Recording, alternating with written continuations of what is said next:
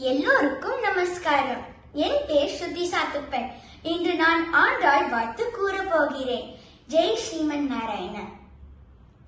கோதை பிறந்த ஊர், கோவிந்தன் வாழும் ஊர், சோதிமணி மாடம் தோன்றும் ஊர், நீதியாள் நல்ல பக்தர் வாழும் ஊர், நான்மறைகள் ஓதும் ஊர், வில்லி பூத்தூர் வேத கோனூர், பாதகங்கள் தீர்க்கும் பரமன் நடி காட்டும், வேதம் அனைத்துக்கும் வித்தாகும், கோதை தமிழ் ஐந்தும் ஐந்தும் அறியாத மானிடரை வையம் சுமப்பது வம்பு.